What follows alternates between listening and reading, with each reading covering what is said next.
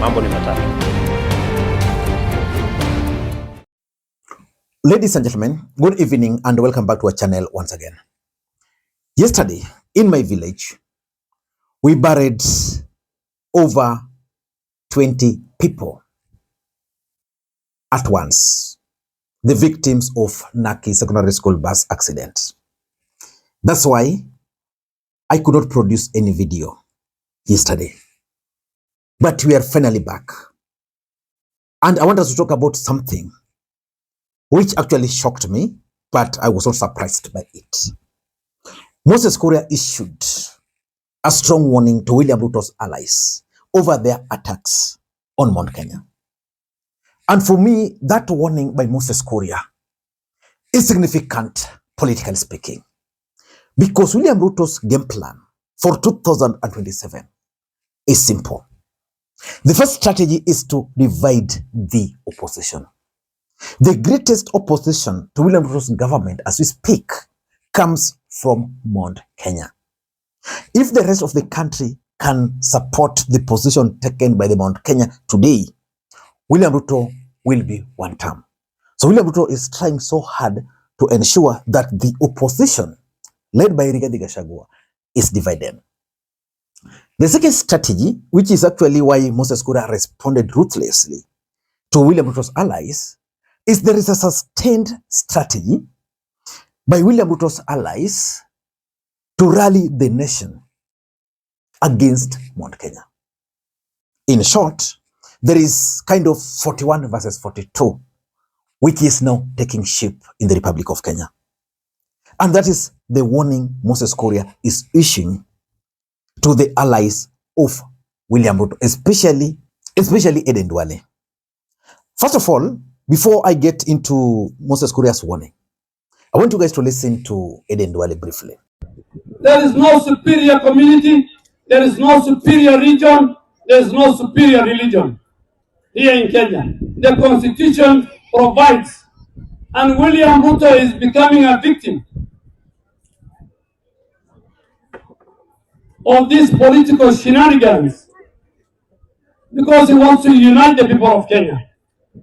Because William Ruto has brought development more than what Kenyatta, Moi, and the other Kenyatta and Kibaki did in more than 60 years. Na sisi kama jamii ya wafugaji tutasimama na William Ruto. Na kwa vile Ruto wameshikana na baba, tumerudi ile siasa ya 2007. Ile fumbi mutapata 2027, they will be shocked. Kina Kalonzo na kina Wamunyoro na Matiang'i yameua watu wetu. And in fact, if there will be a compensation, let me make it clear. If there will be a compensation for people who died in Kenya, the people of Wagara must be compensated. The people of Garissa Gubai must be compensated. The people of Makamari in Mandera must be compensated. The people of Uhuru and Matiang'i have killed during their regime, na wakatoka kwa hii mto Tana River, they must be compensated. Sisi hapana wa Kenya watu wengine katika hii nchi. Remember, politics is a game of numbers, real or perceived. Mount Kenya has dumped William Ruto. And therefore, close to 5 million votes, which William Ruto got from the mountain in the last election, are at stake. So William Ruto has to get a place to compensate for the loss. And he's banking on the support he's likely to get from the northern Kenya. And that's why, in the same function, Buddy was saying this. Tutawaambia na tutamuonyesha Kenya si ya kabila moja, si ya kabila mbili, ama ya kabila tatu. Kenya ni ya kabila 42. Na mimi niko na furaha. Sasa tumeondoa hivi vikwazo. Ilikuwa hapa ya kuweka vikwazo watu wengine juu wanaona watu wengine wanakuwa wengi, hawataki wakuwe na ID. Wasikuwe na vitambulisho. ndio wanatunyanyasa, wanasema sijui tarakaniti nini. Tarakaniti iko Tana River. Shida ilikuwa tu moja, hatukukuwa na vitambulisho. Sasa mtakuwa na vitambulisho. Ninataka tukienda kwa kura ya 2027 watu wa Tana River mkuwe na kura 1400, 1500. Na wakati wa kupiga kura, juu tutakuwa tumeweka maji hapa, msihamehame, lazima mkae hapa mpige kura, si ndio? Sasa mtahama kufanya nini na maji iko hapa? Si mtakuwa tu hapa? Kwa hivyo mimi niko na furaha. So Moses Kuria issued a warning to the allies of William Ruto. This is what Moses Kuria warned them. In the recent past, I've listened to a number of leaders allege that there is a community that thinks is more superior than others.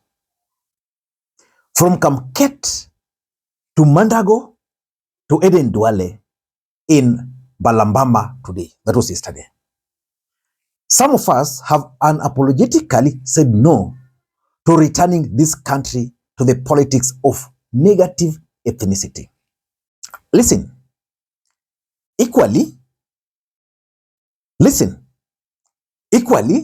we will vehemently resist wholesome condemnation and collective punishment of an entire community.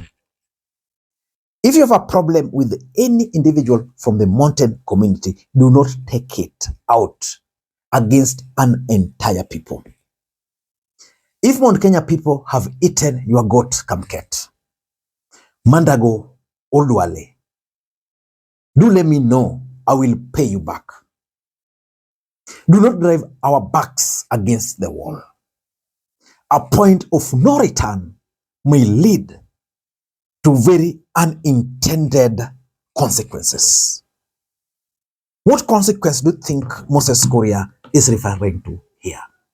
Ladies and gentlemen, I want us to do a critical analysis of that Moses Kuria statement.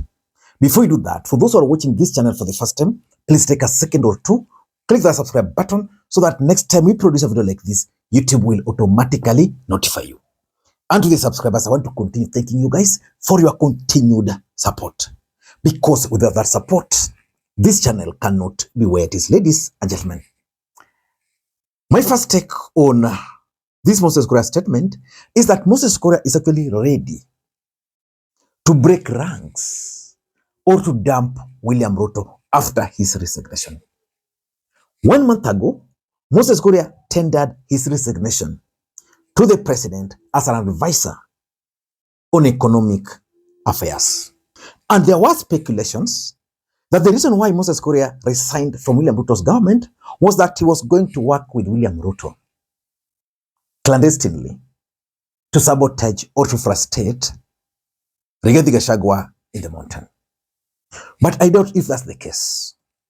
The fact that Moses Kuria was removed from the cabinet, despite the fact that he entered that cabinet as a result of his efforts, as a result of his party, meant that he was not going to take it lightly. So in my view, I think Moses Kuria is trying to tell anybody who cares that he's dumping William Ruto because William Ruto is not keen on serving the interests of the mountain.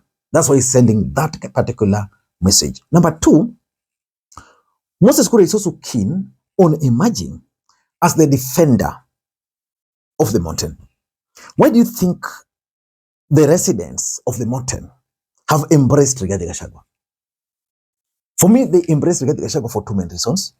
The first reason is Rigathi Gachagua is a good communicator, and he was able to make the community believe that his impeachment was about impeaching the mountain. And number two, Rigathi also emerged as the defender of the mountain when he began talking of the shares, demanding the shares William Ruto promised to the mountain. Moses Kuria is now coming as the defender of the mountain against any attack. And the question is, why would Moses Kuria do this? For me, it is a strategy to be accepted as the defender of Mount Kenya community as a way of challenging Rigathi Gachagua. It's very difficult for anybody from the mountain to challenge Rigathi Gachagua. So you must be innovative enough.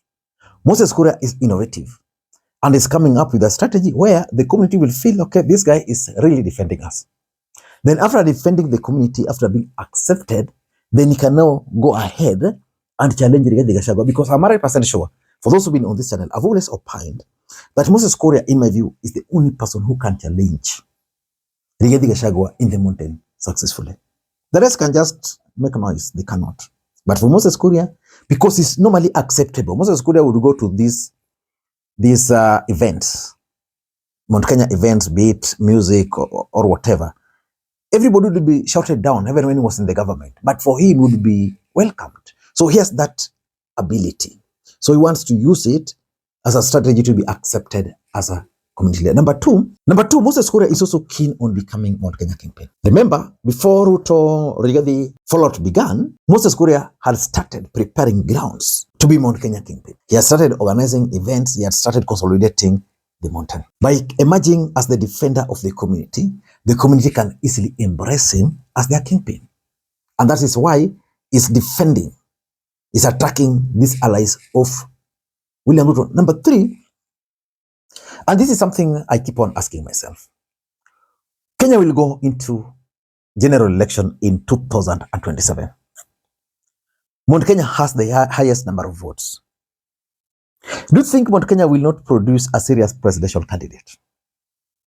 Rigathi Gachagua can be a presidential candidate, in my own view. But I'm doubtful if Rigathi Gachagua will be cleared to run. And if Rigathi Gachagua will not be cleared to run, do you think Mount Kenya will, say for example, just go and rally behind Kalonzo or Matiang'i? There might be, and I strongly believe there's going to be a strong presidential candidate from the mountain.